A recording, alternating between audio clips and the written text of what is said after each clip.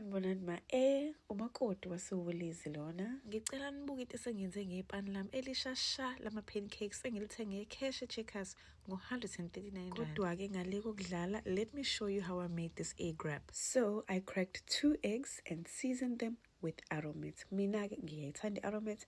Nawe uzosebenzisa your favorite seasoning and then scramble them. And then after ipani ngalifutha nge-cooking spray before ngifaka amaqanda. Ngase-ke ngambuza nge-wrap ngesikhathi iqanda lisamanzi ngenzela ukuthi malivuthwa linamathele kwi-wrap. Once kwavela lento engathi ama-bubble kwi-wrap, that's when you know it's ready to turn. And look at how easy was it to turn over. And then after I cut the wrap, not all the way but halfway through. And then I went in and added my fillings, which were lettuce, red onion, tomatoes, cucumber, avocado and white cheese. Nawe-ke uzofaka owathandayo noma unawo lapha efrijini. Ngase ngafaka kancane salt and pepper, ngabuya-ke sengizothi twaxa ngemayonnaise. Sengiqedile-ke ngayivala i-wrap yami, ngithe mangifika ekugcineni ngagcobisa kancane imayonnaise ngenzela ukuthi mase ngiyivala ikwazi ukuthi inamathele kahle. And then epanini ukuyithi nje kancane uthi 1.5 minutes on both sides, and ike yenza ukuthi ibe ne-crunch when you take a bite. Ngicela ubuke sengiqedile ukuthi inhle kanjani. And not only does it look nice but it tastes amazing. Angazi ngempela onganayo non-stick pan ukuthi uyimisele ngane empilweni. But anywho, if you enjoyed watching this video, please like, and if you still want to see more, follow.